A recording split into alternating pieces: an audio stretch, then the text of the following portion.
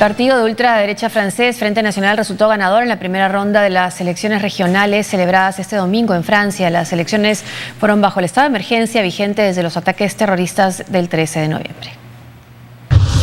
La extrema derecha se asienta en Francia tras su histórica victoria de las elecciones regionales que se celebraron este domingo. En un país todavía conmocionado por los atentados yihadistas de París, el Frente Nacional se hizo con 6 de las 13 regiones y obtuvo el 28% de los votos, sobrepasando así a los republicanos del ex jefe de Estado Nicolas Sarkozy y de los socialistas del actual presidente François Hollande. La lideresa del partido, la controvertida Marine Le Pen, afirmó que los resultados muestran que la población confía en el Frente, por lo que aspira a ser una alternativa real en la presidencia del país. La verdad es que el Frente Nacional está ganando cada vez más la confianza de Francia. Es una elección tras otra elección. No hay sorpresas en los resultados de ayer. Esta confianza seguirá creciendo. Prepárense psicológicamente, el próximo presidente será de la extrema derecha del Frente Nacional. El partido avanza a pasos agigantados desde hace 5 años. Prueba de ello son sus seguidores, que ahora son de todas las clases sociales. El Frente Nacional dispondrá de año y medio para mostrarse como un partido de gobierno capaz de gestionar instituciones de mayor peso hasta las próximas elecciones presidenciales de mayo de 2017. Además de ser los primeros comicios tras los atentados yihadistas de París, su importancia consiste justamente en que son las últimas elecciones antes de la cita de ese año. ¿Cómo llegamos a esto? Se pregunta hoy la edición del diario Le Monde. ¿Cómo llegó Francia a esto? ¿Crees que ha sido, hasta qué punto es causa de los atentados del 13 de noviembre? A ver, el Frente Nacional había llegado a una segunda vuelta en unas elecciones presidenciales hace varios años antes de que existiera el Estado Islámico. Entonces, no es un fenómeno que se restrinja a los problemas migratorios recientes o a los atentados recientes. Tiene que ver primero con, curiosamente, el declive de zonas industriales tradicionales que antes votaban por la izquierda y ahora votan por la extrema derecha, donde más bien ha habido un proceso de desindustrialización. El que la economía esté en recesión también los ayuda, pero los que estudian el fenómeno dicen que hay un elemento identitario que va más allá de la situación económica. Entonces, el problema viene de antes. Lo que sí se puede decir sin ninguna duda, porque además coincide con el discurso antiinmigrante y xenófobo del Frente Nacional, es que la mayor crisis de refugiados en Europa desde la Segunda Guerra Mundial, por un lado, y el atentado terrorista en París reciente, que además los propios terroristas trataron, según parece, de asociar con los refugiados, le habría ayudado. De eso no parece haber mayor duda. No es el origen de la votación por el Frente Nacional, pero en todo caso es un aliciente adicional. Ya estaba ganando terreno, le había ido bien también en elecciones al Parlamento Europeo, ¿no? El año pasado, claro. Ahora, ellos hablan de, Marine Le Pen, de patriotismo económico, pero no es solo eso el Frente Nacional. No, y ese patriotismo económico es un elemento muy curioso de la ideología de la extrema derecha europea, porque hace que en algunos temas parezcan más cercanas sus posiciones a las de sectores de izquierda. Por ejemplo, Marine Le Pen habla del capitalismo transnacional con desdén como algo a combatir, como lo haría un discurso de izquierda. Habla del rol de la empresa privada nacional, pero también de las empresas públicas nacionales. Habla de la necesidad de proteger la economía local frente a la competencia exterior. Es la razón por la que, dicho ese paso, algunos dirían que de repente lo mejor que le puede pasar a Francia para de inocularse contra la extrema derecha es dejarlos gobernar, porque con esas políticas económicas terminarían de arruinar la economía. ¿Pero qué significaría en términos sociales?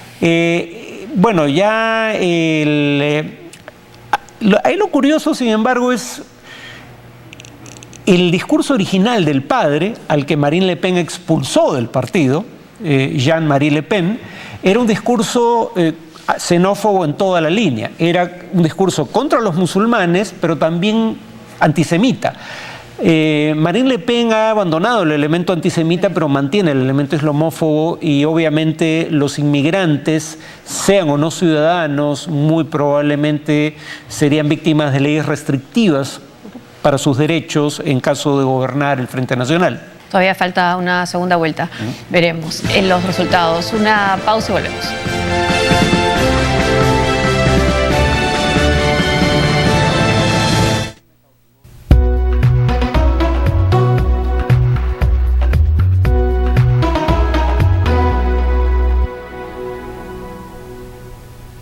Este miércoles a las 10 de la noche en La Función de la Palabra.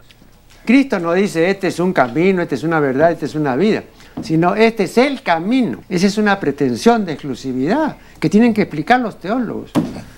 De modo que como usted es teólogo le pido que nos explique eso. Pero la práctica de Jesús desmiente totalmente eso, en el sentido de que si alguien justamente usó del discernimiento y no aplicó una verdad masiva así a todo, fue Jesús. Su modo de enseñar, que eran las parábolas, es un método como el socrático, como la mayéutica, que no es imponer una verdad, sino que el oyente descubra la verdad por él mismo. La Función de la Palabra, con Marco Aurelio de Negri, por TV Perú, mucho más que ver. El verano es lo máximo, pero el agua reseca tanto el cabello que te quedas pensando, ¿me meto o no me meto? Yo ni lo dudo. Edición de verano Pantene. Su fórmula provitamina penetra en el cabello dejándolo más suave y saludable. Edición de verano Pantene. ¿Y tú no te vas a sumergir este verano? Encuentra también la nueva edición de verano en sachet a solo un sol. Shampoo más acondicionador gratis. Estamos viendo TV Perú Mundo.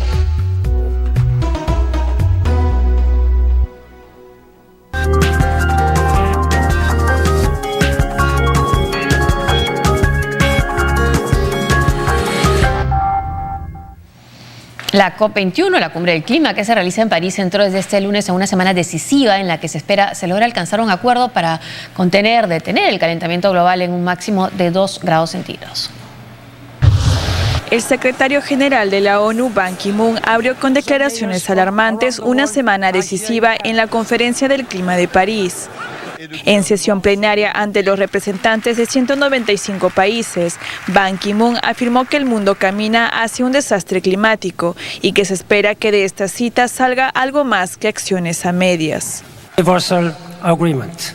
Una catástrofe climática está cerca. El mundo espera de ustedes más que medias tintas y enfoques graduales. Se pide un acuerdo de transformación, un acuerdo que abra el camino para la estabilidad y la prosperidad a largo plazo. Las decisiones que se tomen aquí en París repercutirá en todas las generaciones. El tiempo corre y los ministros tienen que cerrar las decenas de puntos que quedaron por revisar en el borrador.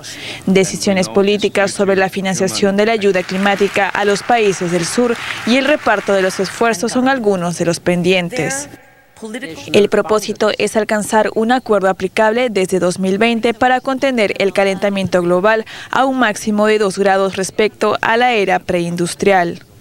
Aunque el secretario general de la ONU recordó que un incremento de 1,5 grados centígrados tendrá consecuencias graves para algunos países insulares, recalcó que el texto debe incluir ciclos obligados de revisión cada 5 años para que los países revisen y refuercen sus compromisos climáticos de acuerdo a la ciencia. Mientras las discusiones continúan, bajo la emblemática Torre Eiffel se reunieron este fin de semana decenas de activistas que apelan a las energías renovables para resolver esta crisis.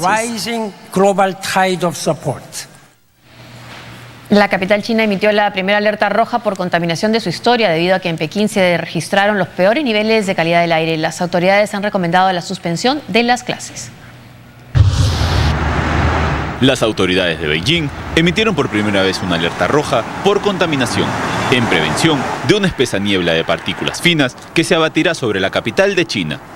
El gobierno anunció que impondrá una serie de restricciones para los cerca de 21 millones de pequineses entre el martes y el jueves, mientras la conferencia sobre el clima de París COP21 entra en su recta final. Se impondrá un sistema de circulación alternada en la capital china para los vehículos privados, a excepción de los autos eléctricos, y el 30% del parque automóvil gubernamental se quedará en el garaje. Para compensar estas restricciones, las autoridades pondrán a disposición 200 autobuses adicional, en su mayoría eléctricos o híbridos, según la compañía de transporte de Beijing, citada por el diario Beijing Daily.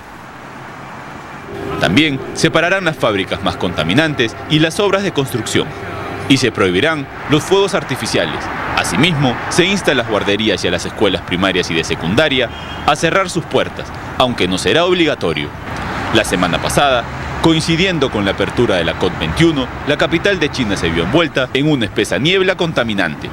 La polución atmosférica alcanzó entonces una densidad de 634 partículas finas por metro cúbico de aire, 25 veces el tope fijado por la Organización Mundial de la Salud, OMS.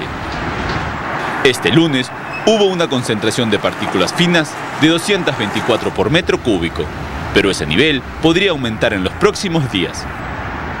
Dichas partículas penetran en los pulmones y causan cientos de miles de muertes prematuras en China cada año. Beijing prometió la semana pasada en París una reducción del 60% de las emisiones de los principales contaminantes de sus centrales de carbón antes del 2020, mediante una modernización de sus infraestructuras. China emitió casi el doble de dióxido de carbono que Estados Unidos en el 2013 y 2,5 veces más que la Unión Europea en su conjunto. El gobierno chino asegura que sus emisiones alcanzarán su máximo alrededor del 2030 y a partir de ahí decaerán.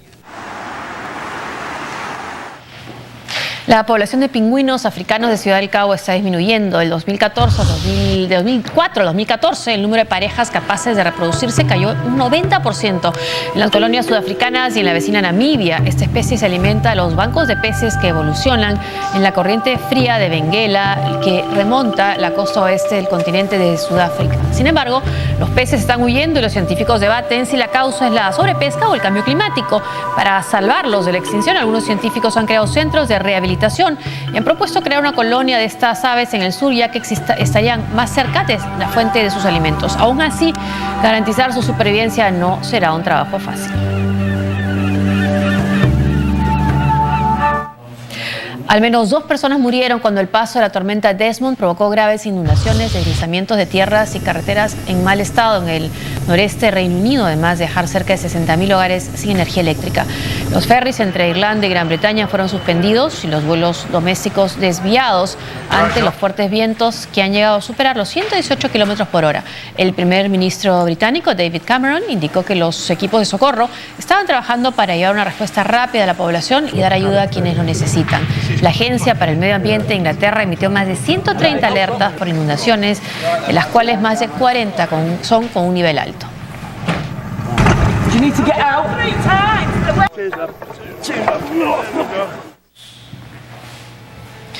Y hasta aquí este programa. Muchas gracias por acompañarnos. Gracias, Farid. Buenas tardes. Hasta mañana.